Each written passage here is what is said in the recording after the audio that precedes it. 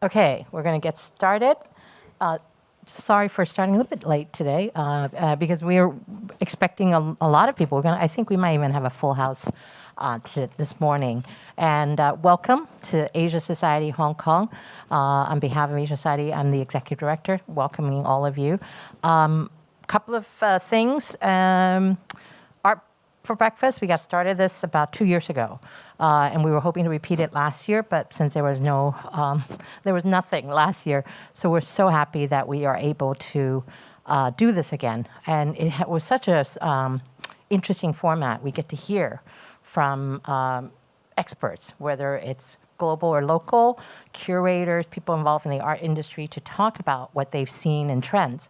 This year, due to COVID, most of our experts are local, but they're still experts nonetheless. So we're really delighted that they can join us to tell us about some of the future trends. Everybody's talking about NFT and also technology. What we're going through this year certainly has moved technology in it kind of really fast forward that. So we're really delighted today. This morning's topic is going to be on that. And we also have a lot of people joining online from, again, globally this time. I think we picked the time, 9:30 on a Sunday for those of us here.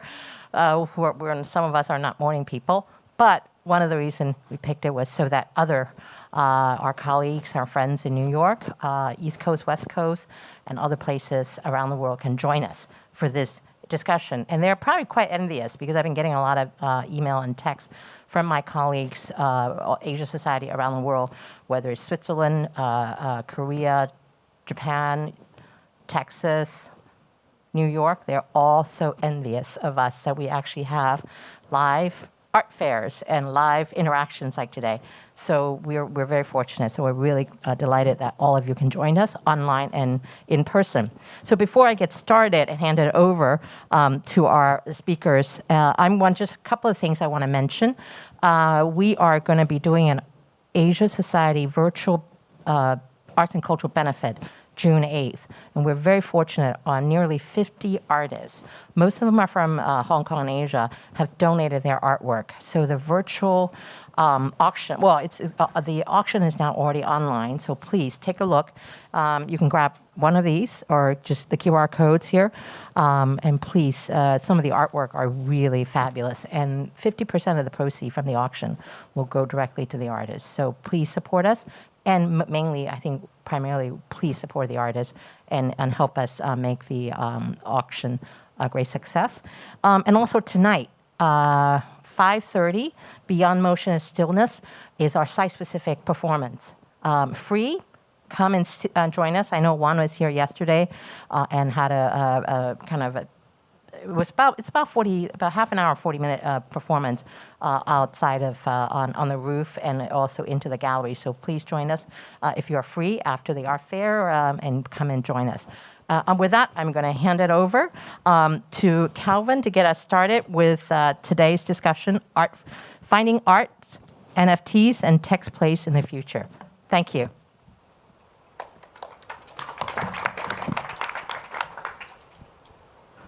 Thank you, Alice. And thank you, Asia Society, for inviting us to join the After Breakfast. And thank you for coming over in the early morning. So my name is Calvin Hui from 3812 Gallery and Inc. now. So today we talk about art, NFTs, and tech plays in the future. I want to give a short introduction and then to introduce you also our speakers, and then we can start the discussion together. So NFT art integrates art and technology. In the digital art world, NFT technology not only transforms creative process, it also transforms art from art in art history to art in media or technology history. NFT also revolutionized the ways in the transaction process of digital arts, which are transacted and transferred from one unknown seller to one unknown buyer directly, both anonymously and without any centralized party. The data, or a lot of people say computer files, combined with proof of ownership and authenticity of NFT art is like a deed, stored at an NFT ledger and thus is public, transparent, and verifiable, makes digital art unique and scarce like traditional art and has the collectible value that were once neglected. So today is a great pleasure for me to share this panel with some experts right next to me who will share their first-hand experience in dealing with NFT, and they will also share some insightful thoughts on the opportunities, challenges, and the future and sustainability of NFT art. So next to me, we have the Marianne Ng, the NFT lead of 20th century and contemporary art team at Philips. And Nick Buckleywood, the director of private sales at Sotheby's Hong Kong, and also Johan Chu, co-founder and managing partner at Kinetic, a blockchain venture capital and cryptocurrency trading firm based in Hong Kong. So I'd like to thank you all for sharing your expertise and knowledge with us. And before I start the discussion, can I ask any of you have ever been like visiting the NFT or bid on it or collected any NFT art before? So you can ask them questions later. So actually, the wave of interest was brought by people whose artwork every days, the first 5,000 days, was sold for $69.3 million in Christie's in March. Since then, we have a lot of debate or discussion. So can I start the first question? How you guys interpret these people's auction records, especially when comparing it to masters' artwork like Picasso or Monet?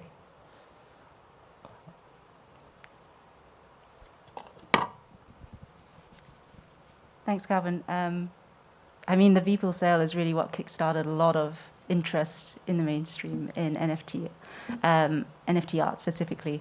And I mean, it's a huge number. Like the 69 million makes Beeple the third most expensive living artist today. And, you know, that just puts him behind Jeff Koons, David Hockney, and in the same league as like Richter. It's a huge achievement for him. It's a huge achievement for NFT art.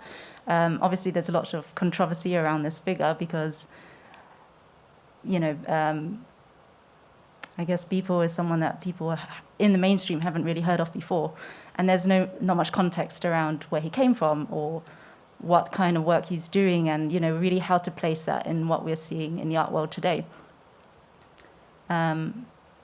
Obviously, there's great opportunities behind it. There's a lot more momentum now in the NFT art market, and lots of people are interested in the technology behind NFTs. Yeah, because digital art actually exists like for quite a long time, and all of a sudden, and then everything just like a woke-up call. So how do you see this, Johan? Why it suddenly became like 69.3 million and became the top three like auction records like in history? Because before Beeple's, if I'm not wrong, we haven't seen any digital art in the global top 100 like auction records. So how you explain this? Yeah. Thanks again for having us. It's funny to be back here at Asia Society because the first major talk that I did in crypto was actually nearly 7 years to the month, which was back in 2014. I did a talk on Bitcoin called "Bitcoin Will Either Save or Destroy the World," and it was just downstairs. And we had a debate between, David Webb and Bobby Lee from BTC China. So it was a pretty interesting thing, and it's kind of full circle to be back here talking about crypto. And also it's relevant because I collaborate quite closely with Beeple, have done so for the past maybe 5 or 6 months, talking about not just his work, but how the kind of contemporary art world can kind of come to terms and understand the context around what he's doing in a way that is comfortable and natural for the contemporary and fine art world. Because right now what we see is a schism between the quote-unquote NFT art world and the fine art world, the fine art contemporary art world. And both sides are a bit, kind of hands off of each other in a way. So my mission is to really try and build bridges between the two and create common modes of dialogue, common modes of collecting, understanding, transaction. And Beeple, I think, is probably the most important one to focus on because he has so much influence in the NFT side of things. Now, to the point about like 69 million, the only thing the $69 million price tag proves is that crypto people have money. Like, it doesn't really prove anything other than that. It proves that, you know, there's a lot of kind of liquidity and there's interest to support artists and community members like Beeple who represent the culture of crypto and represent the culture of blockchain. And Beeple definitely does. It doesn't mean that he is the third most important artist. And I think that's where contemporary fine art people get tripped up. They feel like, well, he's not that important, but he's expensive. So that's a bit offensive, or that's a bit, you know, kind of a disconnect. But actually, I think that there's a deeper story that, you know, I think is a narrative which is important, which I think will gain traction, which is what we're really working on here is a new chapter of contemporary art called digital art, which is separate and distinct from new media art and separate and distinct from the kind of fine artists who have a digital practice, like Ian Chang, like Rachel Rose, like Petra Kortright. This group of artists, you know, not led by Beeple, but maybe characterized by Beeple, they don't come from the art world. Like, Beeple never studied fine art. He was an experimental video, experimental film. He did a lot of experimental work. He is an artist, but he doesn't come from the fine art context.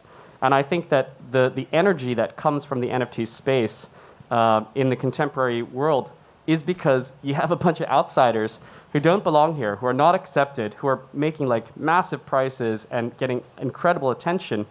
That energy is now being transferred over to the art world, and it's uncomfortable. But that's where the real generation, that's where the real creativity and the real energy comes from. And I think it's the biggest gift that could be given to, you know, an art world, a contemporary art world that's kind of fallen into a bit of a malaise of commerce and just kind of repetition. So I think there's another story that, you know, we should focus on, not just the price tag. Interesting, but I have different view because you mentioned about this digital art is like part of the extension of contemporary art. But then some people in an NFT when they were in a virtual world, they thought this is a brand new territory, it's a new game, and also it's a new form, if you like. So it could be totally different from what we are doing in the traditional or reality world. So that's why it is so challenging to me to comprehend how to validate the value.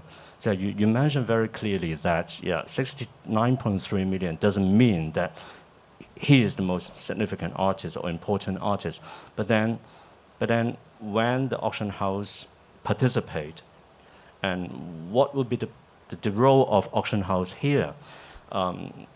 Because NFTs talk about the decentralization, right?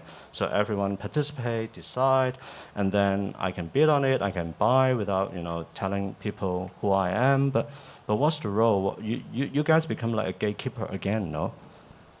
Yeah, I think that's a very good point, Calvin. I think the institutional framework of digital art is in a very nascent phase at the moment, and the auction houses are kind of, you know, the biggest institutions for the art market.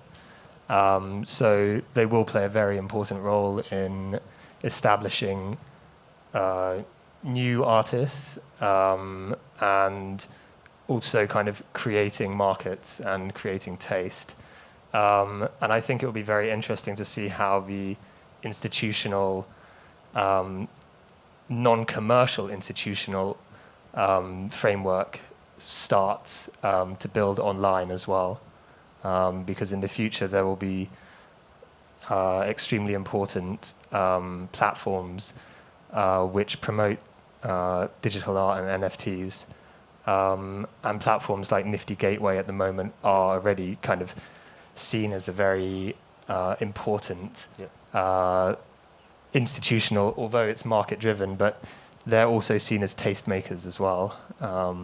So how, for example, Marian, how you define your taste or the market taste when you, because Philips is going to have some works, some NFT works auctioned, in your sales. So shall we just follow, see how many followers and clicks to define the popularity, then to translate into the aesthetic value, or how? Yeah, call me old-fashioned because I still see art is art, right? And I'm not saying digital art is not art, but then when we go to NFT, we see a lot of like graphic designers, animation like creator. They could also create digital art. So in this aspect, or in this context, how auction house create the market or curate the market? Yeah. I think there isn't as much mystery as people think there is. When you look at digital art or NFT art, what you're judging it against is often the same criteria as used for traditional art. You know, what's the artist? What's his background? What does he feel about the art? What is he actually trying to say with his art? In terms of the art itself, how's it made? How long has it taken him? What kind of effort has he put in? And there's a lot of digital-specific vocab that you have to, well, digital-specific aspects that you have to understand that we might not have in the art world. For example, the difficulty in creating digital art depends a lot on, let's say, the programs they use. I'm going to use the example of Mad Dog Jones, who we auctioned at Philips in April. So he is I don't know if any of you guys have seen his work, but he creates these fantastic visions of utopian futures. Dystopian futures, sorry. And what he does is he'll take photos and then he'll spend like up to 3 weeks just like retouching. And then what you end up with at the end is this like incredible, like high quality, immersive kind of new reality. And what he's done for Philips was he created this multi-generational NFT, i.e. one that replicated itself. So it starts off with this image of a photocopier, and over 7 months, it will replicate itself. So the first generation will create 6 NFTs, and then each NFT will then go on to create 5 NFTs of its own. And then each NFT from that will then create 4 NFTs of its own, etc., until the 7th generation has been reached. But like real-world photocopiers, there's jams every generation, so you lose, I don't know, somewhere between like 20 to 80%. So in the end, whoever has this NFT will end up with around 75 to 222 different unique pieces of work. And that's something that's super exciting to us because it's really marrying the technology in the form and the medium. Like the only way that an artwork like this could exist is in the form of an NFT. It's not possible in any other medium. So that proposition was super interesting to us because you wouldn't be able to see that in the contemporary art world as it is at the moment.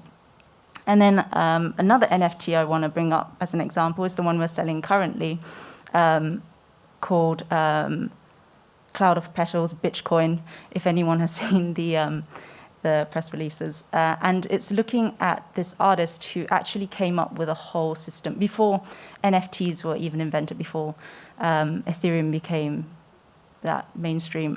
She created her alternative to Bitcoin, which was Bitcoins, and then you could trade it in, kind of like Protopack, the artist who sold with Sotheby's. You could trade it in for an artwork, provided you had a certain number of tokens.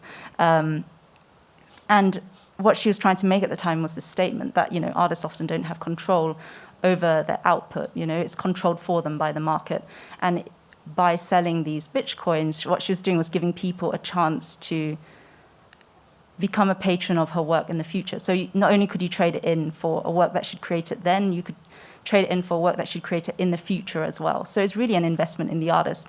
And that was a very exciting proposition for us as well, because it's unlike anything that anyone was doing at the time. And it's really great to be able to reissue that and bring people's attention, because the great thing about NFT art now and having so many different NFT artists these days is that you suddenly understand, oh, that wasn't just a weird outlier back in 2015.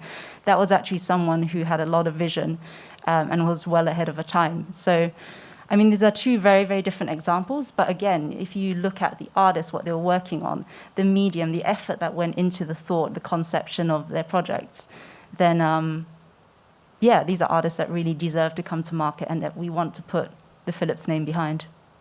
Yeah, do you appreciate like auction house has the institutional strength or framework to select or to recommend artists?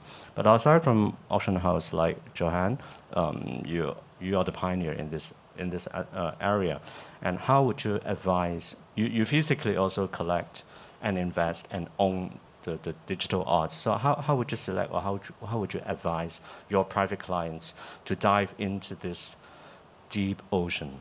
Yeah, just for background, because so I've been in, I was at Sotheby's for about 8 years, and then I was an art dealer and an advisor for about 8 years. And during that time, I got into Bitcoin and crypto, and was kind of in the community, and we've invested in a number of things. So just in terms of background, I do have a background in fine art. So if I'm you, and if I'm a collector, and I'm kind of just looking at this, a traditional fine art collector, like how am I going to look at an attempt to break down like what I'm seeing, this phenomenon in the medium of NFTs. I think what Marion was saying is very important, how some of these artists are looking at the technical medium of NFTs that allows certain things like generative art. Like generative art is not new, but the way that it's being attacked in NFTs is something which is only possible because of the smart contract layer, the ability to actually track this. So one way, I would say there's 3 ways you can actually approach NFTs and think about, all right, well, do I like it? Is it good? How do I understand it as a collector? The technical side is one. And in addition to like the smart contract, I would add to that the market. I like to say that NFTs are the first time that the market has become part of the medium. And that's literally true, because a smart contract determines, it's like the wrapper around the content of an NFT. So you can have like a JPEG or an MPEG or a movie file, which sits here, and the smart contract wraps around it. And that's what makes it an NFT. But that smart contract also determines how the finances play out. So when that NFT is sold, it can determine, well, the artist is going to get 90%, the gallery is going to get 5%, and the platform is going to get 5%, and that'll happen in perpetuity. Now that seems like a kind of a financial thing, but it's actually quite important when you think about the inclusiveness and sustainability of the entire art ecosystem and the ability of artists to actually sustain themselves and small galleries to sustain themselves over time. It's actually a very, very important paradigm shift in terms of art economics, which are typically really, really balanced towards large institutions and like mega galleries over time. So that technical medium is quite important. But then other than the technical medium, of course, there's the content, right? And I think for traditional collectors, it's good to actually, instead of starting off with the vast, kind of wilderness of NFT artists, which, people were saying it's a lot of graphic designers, which is true, actually start close to home. Start with fine artists. There's increasingly a number of fine artists who are actually making NFTs, and that should be like a more familiar place to jump off from. Or is Fisher. Obviously Takashi, obviously Damien, but there's many, many others. Evergold Gallery in LA has a number of artists. I collect a woman named Mika Marple, who used to be the head of Night Gallery in LA. She's making work. So a lot of fine artists, traditional fine artists, are making NFTs. Simon Denny. So you can actually get into NFTs through a very familiar route and start there, and it'll be a bit more familiar. And then maybe spend 10 to 20% of your time looking at things which are completely outside of fine art. And then I think that would be a good way to just find things that are accessible, rather than I really have no idea how to kind of approach this. Find the things that are familiar and kind of go from there. And Nick, you are also the in private sale in Sotheby's. So you come across any clients to ask for your advice on collecting NFT art? Yes, I think the really interesting thing about collecting art, traditional art or NFTs, is that it comes from a very similar place. And we're all in the business of working with collectors who either they collect furniture, jewelry, art, painting, sculpture, and digital art. And where that urge to collect comes from is from the same place, actually. And it's almost like an obsession.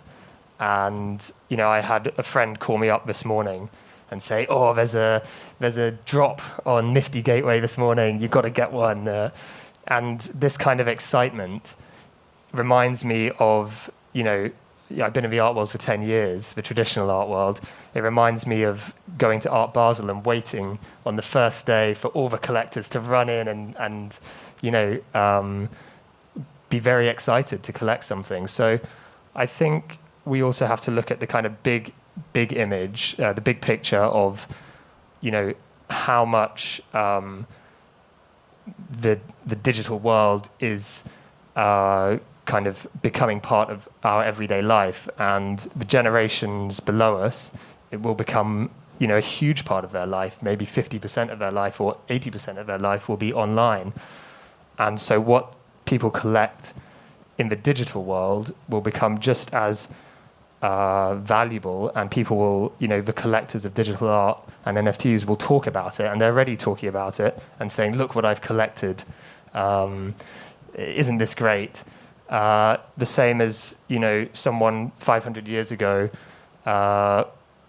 in their circle would hang something on the wall in their large palace and show their circle of friends and say, look at my painting, this is one of the great artists. It comes from the same, the same place. And I think the market and the reach of digital art and NFTs is going to be so much huger than anything we've seen. And it's really just at the very beginning point. Yeah, I Sorry, think. can I just jump in on that? Because I think it's such an important point to talk about the inclusiveness of collecting that's kind of created by this NFTs, and exactly what Nick is saying. It's, how many of your friends are out there who have bought their first piece of artwork is an NFT? Because you can do it from your phone, you can do it for $5, you don't even need crypto, you can do it with a credit card, and that becomes their first experience of collecting. And that's like what gets the gene, kind of kicking into high gear. And you'll see that over and over and over again. And okay, so it's not necessarily going to be like the best fine art. Some of it will be street art, some of it will be kind of graphic design, some of it will be virtual assets. But like that, that DNA to collect, I think that's kind of what's interesting about this, and it just makes it opens it up for everybody like instantaneously. Yeah, I totally agree, because I think traditional art market and also the new market in NFT eventually, if we can just make use of the technology, and then we can do it like to enhance the way that the traditional artists, galleries, how to make use of the technology to enhance the value of the traditional art as well, and also to give the artists a new dimension to see how to make use of the technology. Because a lot of artists actually still very, especially when we talk about fine art, they can have a collaboration as well. They can also learn how to use tech to also develop something new, to maybe to expand the vision as well. So and also the NFT art, Johan, is about how to collect, which means it may link to the cryptocurrency, right? So is this area also something that we should be aware of when we start to collect the work? Is there any downside or any like potential risk that we need to be aware of? You mean like a 50% downside like we just saw this week? Exactly, yeah, especially the launch of the digital RMB, Yeah, so the answer is yes and no. I mean, on one hand, like you shouldn't really concern yourself too much, about the cryptocurrency market in terms of collecting NFTs. Like they're two different things, and they don't have to be related. Again, you can pay with fiat currency with credit cards to buy NFTs, and that's totally acceptable. There's nothing wrong with that, and it's convenient and it's good, and that's kind of what a retail facing product should be. On the other hand, I think conceptually it is important to understand the roots of blockchain and the roots of cryptocurrency, because the ideas behind it, things like transparency, auditability, democratization, peer-to-peer, all of these aspects and values, and also, I would say, infrastructure, are at the base of what supports and creates the possibility of NFTs. So even if you're not into investing in cryptocurrencies, and I think you should be, I think everybody should own Bitcoin, I think everybody should own Ethereum, and now is a great time to buy it.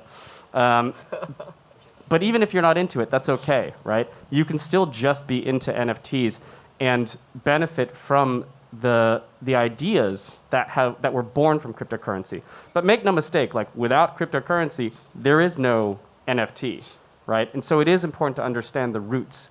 It's almost as important as understanding the roots of the kind of monetary system, that allows us to pay for our coffee. Not everybody really understands it, but that's to the detriment of us as a society to not really know where money comes from. With NFTs, it's even more important to understand, well, what exactly underpins the value of what I'm buying beyond the intellectual property of the artist itself. Yeah. And Marian, what do you think on this? When in future, when we develop this in the auction market, so this currency issue is also something that we need to be aware of, especially when we can pay for credit card or like the real money, but then maybe 2-3 years later or 6 months later, so the value may be different because of the fluctuation. I do think Johan makes a good point in that cryptocurrencies, although they share a lot of characteristics with NFTs and and blockchain technology, naturally has that kind of DNA in it. It isn't essential. You should see those two issues separately.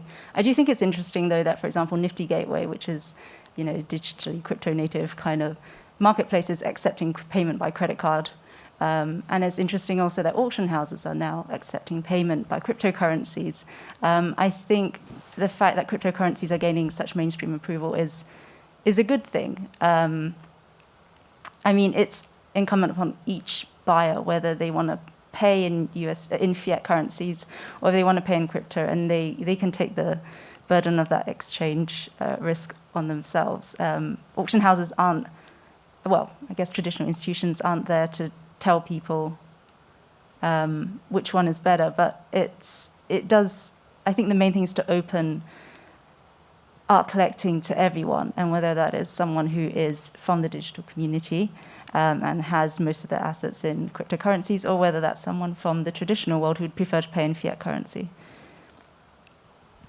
So we begin to receive some questions, but before that, I want to ask all of you to envision 5 years later. So when we go to NFT, what would you expect the NFT market development in 3 to 5 years' time? So Johan, do you have any vision? Yeah, sure. First of all, I think that people will probably be ingrained as the next Basquiat. Big statement, but I think that it's true, actually. There's a lot of kind of things that make it unbelievable. But I think that you'll start to see that the traditional art world will view him not just for his work, but for what he represents. And I understand, his work it's very provocative, it's very kind of cheeky, it's in some cases gross and disgusting, intentionally. But what he represents as the kind of poster child and the standard bearer for an entire movement of technology, which has disrupted the art world and will disrupt everything from finance to enterprise to IoT to all areas of kind of content. That movement has a face, and it's his face. Whether or not you like his work is a separate question. So I envision Beeple to be, this kind of Basquiat of the next digital Basquiat. 2, I think from the market side, it will be commonplace for people to own NFTs, but it won't just be digital works. It'll be NFTs with physical works. I think that the digital twinning of physical works with NFTs will become very normal because being able to take a physical painting and have it have a digital existence where you can attach metadata like provenance or every single article that's ever been written about that piece of work or that artist could be attached to that NFT natively, where it becomes almost like a catalog raisonné of publishing for that particular work, much less the artist. That's interesting. That's useful. That's something that people will want. And actually, the first NFT that was ever sold at a major auction house was that. It was the Robert Alice piece at Christie's last year. And that's kind of where I think we go. So I think the market will kind of expand, not just in terms of pure NFTs, but in terms of how do NFTs add value to the existing art world. And then finally, I think that the NFT art world will be massive. I think it will be very normal for maybe 10 to 20% of all visual artists to be making NFTs kind of natively, because it offers a new medium for them. Not all artists will do it because not all artists are interested in the medium, and that's totally fine. But you'll just see an explosion of investigation and interrogation critically of the medium and of their ability to kind of interpret their ideas through it. So I think it's just kind of onwards and upwards, and the market will be billions of dollars easily. But then you'll also have collectibles, video game assets, enterprise, business, all these different types of NFTs. And we'll stop talking about NFTs. The word will disappear because it will just be like, it'll be like talking about HTTP. Like nobody talks about HTTP. You just talk about the applications on top, and that's where it will go. Yeah, I agree with Jahan about the super interesting possibilities of the technology, and I do think that maybe not in 5 years, but in a not too distant future, people will be collecting art. More people will be collecting digital art than real objects, as more people who are born today are digitally native. So in a way, like some people still collect vinyl, but most people listen to music on Spotify. Ownership, ideas of ownership have changed, and I think that many people will understand the value of owning something online as this market develops, but also if you're born into that, that's all you kind of know. And people will still collect real paintings, but it's also at the moment what will be interesting to see is the artists that come out of this early stage, and Jahan's very kind of convinced that Beeple is one of them. But I think there are many that will come out of this early stage, out of this noise that's happening at the moment.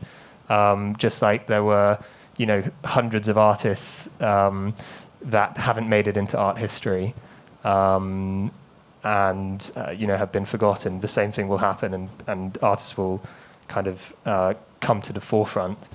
And I think the exciting thing will be to see artists who kind of have different angles on the NFT as a medium. Artists that are conceptual, that are using different conceptual ideas, and artists who are born into this medium, this digital medium, who can manipulate code and pixels, but also have a very unique and interesting aesthetic and conceptual drive. I think that will be very interesting. I agree with what Jahan and Nick have said. I do want to make one interesting observation, though, and that is that whenever Beeple sells any of his works, it's always accompanied by a little plastic plaque with a miniature image of his work that was sold, together with some handling gloves. And I thought that was quite funny, because even though he's the poster child for this completely new digital frontier, I think him or his collectors still have that yearning for physical tokens that you can see and you can appreciate in real life, that you can show to your friends, or that you can use to remind yourself every day of this artwork. I guess for me, I think the changes that we'll see most will actually be in the industry supporting the art industry. For example, in the legal industry, you'll see a lot more developments in smart contracts.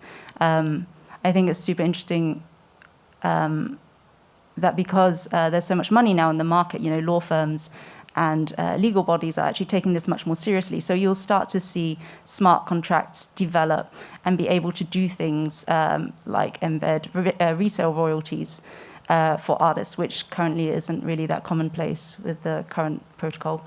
And to do things like fractionalized ownership, and even, I think, to embed further information that really helps with selling art in future, or being able to appreciate art in future. So an NFT currently will show the transaction history, but in future maybe you can have it embedded with links to, I don't know, particular like condition reports, if let's say it's a physical work as well, to articles about, scholarship, articles on the work, maybe even, I don't know, monographs, things like that. So I think it has a lot of potential for democratizing the art market in general, not just in terms of the physical work itself. Sorry, not physical work, the digital work itself. NFT art actually very technology based. So we are every day catching up with the pace of technology. So I'm open minded. I also hope 5 years later people will become like what Johan really predicted, become the master. But then when technology is like really moving on, and actually like unlike what we are doing in the traditional art, like contemporary art, we have like different phases to develop for decades. But maybe now it's for months or just 1 or 2 years that would be another new technology appear. Then the existing one may sooner or later fade, but maybe it will develop or also with some new technology would create like more and more very exciting work. So I think this is a very new and interesting frontier. And now we are open to let everyone to join us if you have any questions. So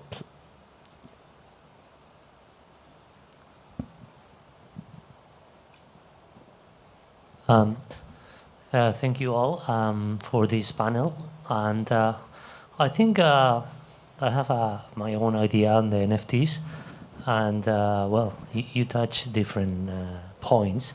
Ones that you didn't touch is about the sustainability and the high consumption of energy, and where is that going? And that's number one. I would like to hear your take. Number two, I think that there is a big responsibility of the art professionals, like the auction houses, because NFTs are in any collectible, like the NBA and all that, and art is something different. So I think the Sotheby's, Christie's, Phillips, and art galleries has a very specific role into guide collectors or people that really want to do art, as we know, right? And the third point is about the volatility, about the blockchains, Ethereum. So there is only one way in. So you can pay credit card, but there is no way out. In the way that you are linked to the Ethereum, and maybe it's too much risk, because every layer of the NFT involves higher risk. And I don't know if you are aware, already there was one guy that already duplicate the NFT of these people. So there are so much uncertainty, and I think the role of every different people involved should be very clear and should back up to people, because you cannot be an expert of everything, right? Yeah, if you don't mind, I'll take that sustainability one, because I think it's a really important point. Thanks for bringing it up. So I have a small foundation called Social Alpha, and we did one of our grantees is a company, is a nonprofit called Open Earth. Open Earth spends their days, they're out of Yale originally, battling climate change using accounting and specifically through blockchain. And so we basically did a drop with people and Rafik Anadol and some other great artists, Kyle Gordon and others, to basically sell their NFTs to raise money for Open Earth. So fortunately, it was kind of during the NFT boom. We raised about $6.6 million for Open Earth. But part of the thing that we're most proud of for this carbon drop, it was called carbondrop.art, was that we actually designed the auction such that each of the artworks were offset natively because we purchased NFT carbon offsets so that the entire auction, all the power that was used to generate all of these NFTs, we actually over-purchased, and this was through our partner Render, carbon offsets to make the entire auction carbon negative. So there's an awareness, and that's the most important thing. There's an awareness in the community. There's a responsibility from the artists, from the platforms increasingly. After this, there was a lot of, actually behind the scenes, there was a lot of outcry against Nifty Gateway because of their carbon footprint. And as part of it, we actually lobbied very hard behind the scenes, which we feel played a large part in terms of their positioning to actually take a carbon neutral stance for their upcoming drops. So the most important thing is there's an awareness and a commitment to change it. On the other hand, I actually think that the outcry over the carbon footprint for NFTs is a bit overblown. It's not to say that it doesn't use a lot of electricity, but you have to contextualize it. You don't have to, but I would. So part of it is that, first of all, NFTs is a small part of the overall crypto kind of like ecosystem and kind of proof of work system. So just because NFTs take energy, actually a lot of that is kind of, what would you say, kind of like built into the entire crypto ecosystem. The entire crypto ecosystem is actually moving generally away from proof of work, which is energy intensive, to proof of stake, which is much less energy intensive.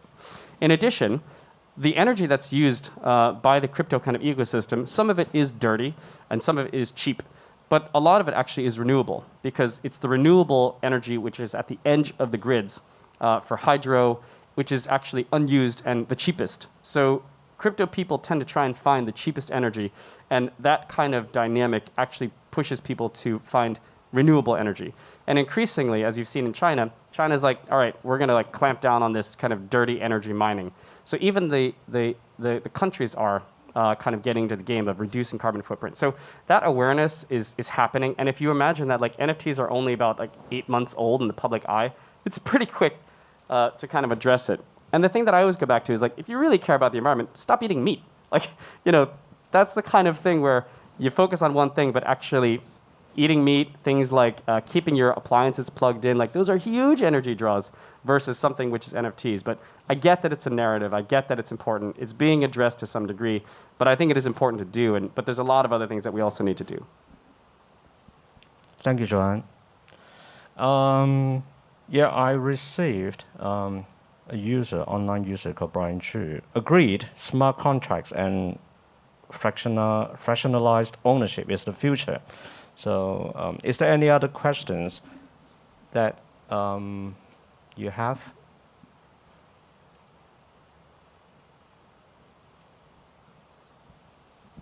This question comes from my lack of knowledge on NFT art. How would you explain to a traditional art collector on the concept of scarcity? Because there's a difference between owning a piece of NFT art which can be seen by everyone online. Of course, the owner will have higher resolution, et cetera, and some kind of physical signature or item that comes with it. But there's also another excitement that comes with having the scarcity mindset of, come to my home, I have a Monet or a Picasso hanging on my wall.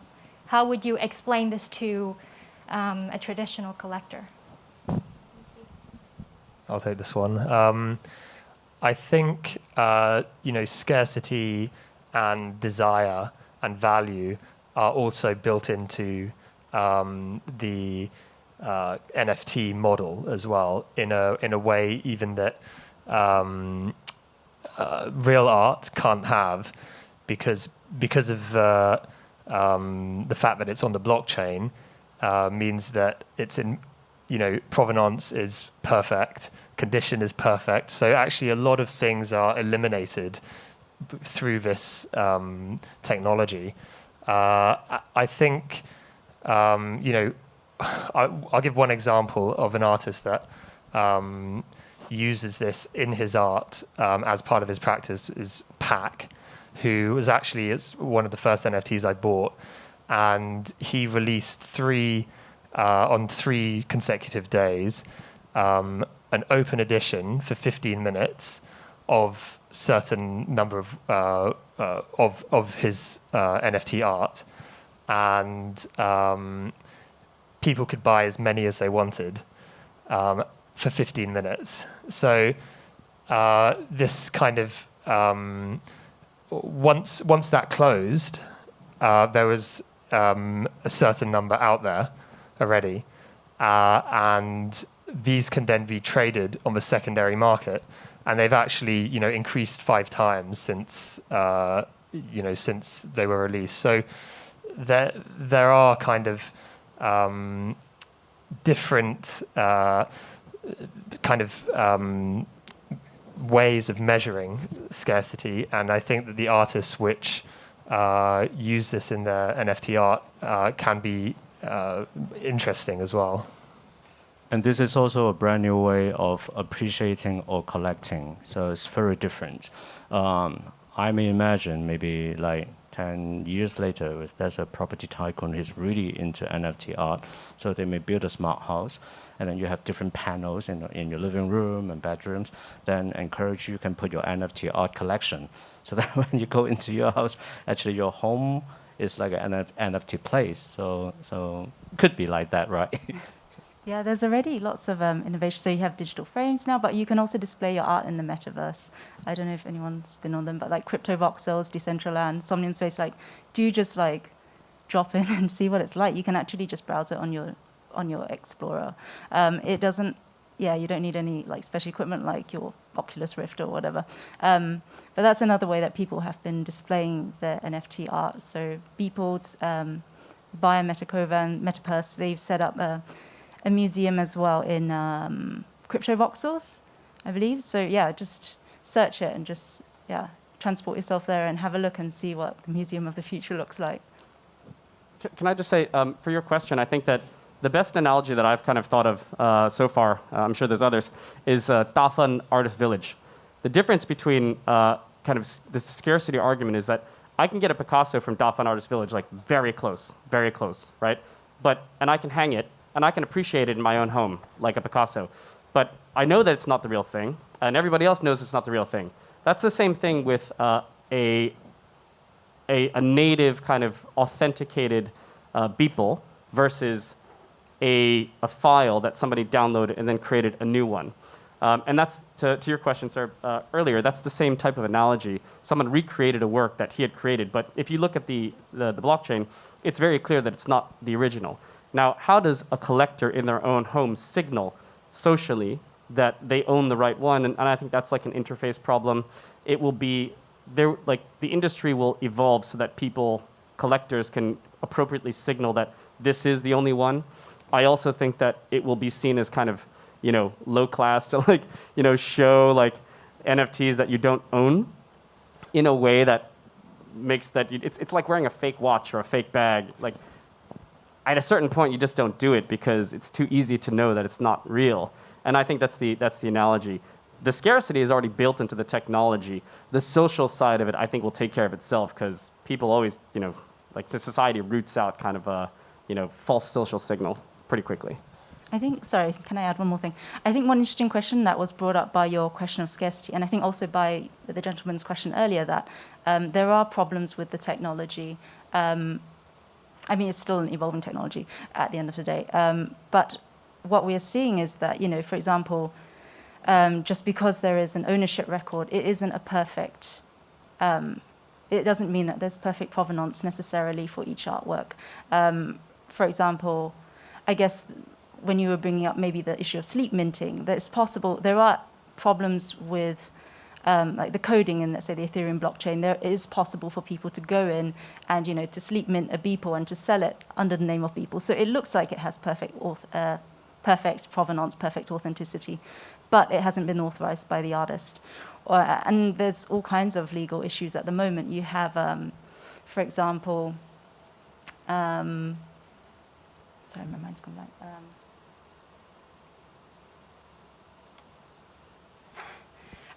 Sorry, I'll come back to this in a moment, sorry. Doesn't matter. So we talk about scarcity, and we talk about also the environmental cost. I believe this is so new that we would definitely continue to move on and then see what's next. But I'm told we have the last question. I think this woman had her hand up a couple times. Sure.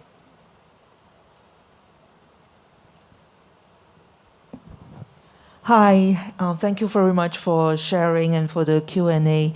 One of the questions I had in mind as I was listening to you is that not all digital art are NFT art.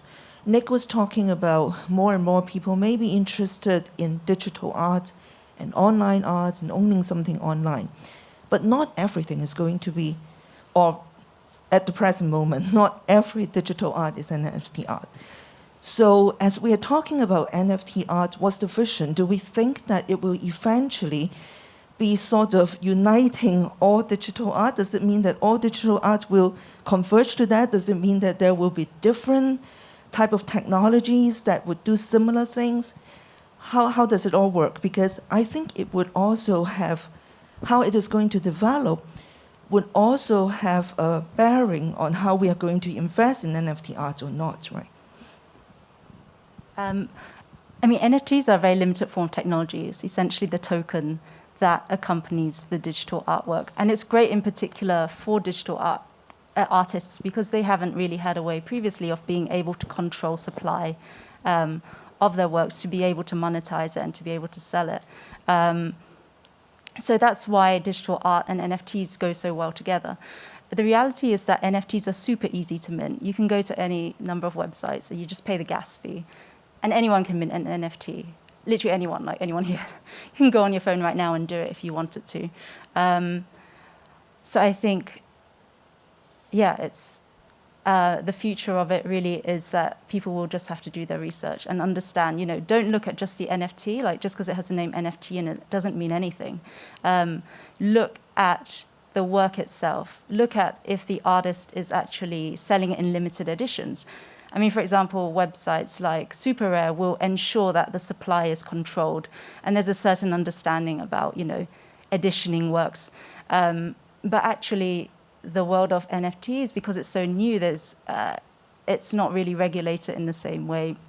And there isn't really that same kind of understanding that you know, if you release a drop of 100, you don't later come back and like, because it sold so well, do another batch of 50 or whatever for your friends. It's hopefully these understandings will become more commonplace as well in the digital art, well, NFT art world.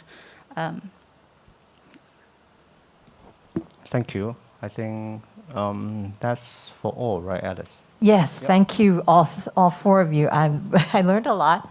It's a topic that it's been, you know, everybody's been talking about it this last couple of months. So I'm really delighted that we had an opportunity to delve deeper into it. And there's still a lot to learn. And I think Jihan reminded us. I remember that program we did. I was skeptical, I have to say, 7 years ago when you, but we thought we'll give it a try. So. Those of you who are interested, I think Calvin's question about, you know, 5 years down the road, I'm going to go and watch that video. It's online, by the way. So those of you who are interested to see what Jihan got it right or wrong, the talk is you can just get on Asia Society Hong Kong's website and Google or search Jihan's name and you'll find it. So I'm curious to go back and hear. I remember 7 years ago, what is this Bitcoin? It'll never last. And 7 years later, we're still hearing about it. So I do advise, if those of you who are interested in history, 7 years ago, what Jihan said. And David Webb, and you're right, you got it so right. It was June of 2014 when we did that program. And so we here at Asia Society Hong Kong are always, we're an educational institution asking questions. We don't know the answers, and sometimes that's why we have the experts here. And they may get it right, they may get it wrong, but at least we're asking the right questions, and we're always asking questions. By the way, I'm also looking forward, having just visited, some of us had the opportunity to get a sneak peek at M+. I'm interested to see NFT on that beautiful, what do you call it, the big building. I think Kelvin's talk about the developers made me realize M+ is you know, a museum. It's culture, art culture, so it's going to be very interesting to see how NFT will be exhibited. I'm curious, as an institution, I have not seen NFT in a cultural institutions yet, right? They just got, so I'm just curious. It'd be great to see people's art on that big billboard of M+ come end of this year, and that would be something to look forward to. So on that note, I want to thank all of you and thank our distinguished panelists and Kelvin and all of you to kind of enlighten us. And also, those of you who are going to the art fair, check out Asia Society Hong Kong. We have a booth at the Art Basel, and we're continuing to do educational program at Art Central. So enjoy the rest of the day, and thank you. And we have some great program coming up, and check out it on our website, and a lot of the program continues to be free. So we would love to see you back. Have a great rest of the day. Thank you. Thank you.